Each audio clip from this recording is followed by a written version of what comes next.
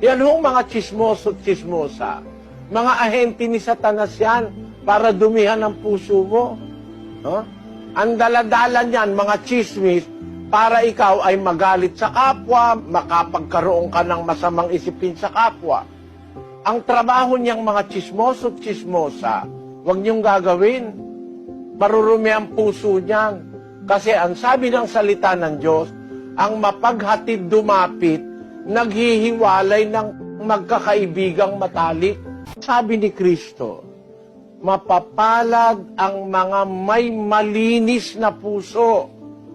Makikita nila ang Diyos. Mga kababayan, panatilihin natin ang puso malinis, makikita mo ang Diyos. Huwag mong dumihan ang puso mo. Huwag mong pasukan ang puso mo ng hinala, masamang akala sa kapwa, mga duda. Basta pabayaan mo lang sila.